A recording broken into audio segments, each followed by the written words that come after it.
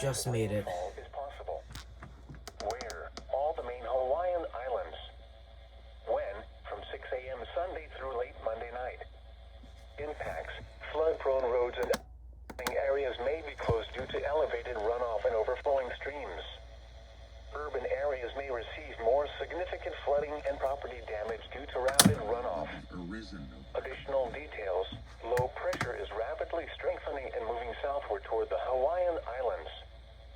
Several waves of heavy showers and thunderstorms are expected Sunday through Monday night.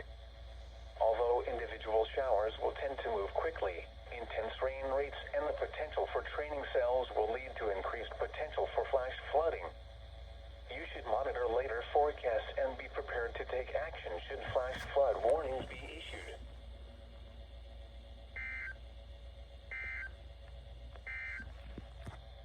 This is NOAA Weather Radio Station KBA 9. Okay, I literally just made that. Alright.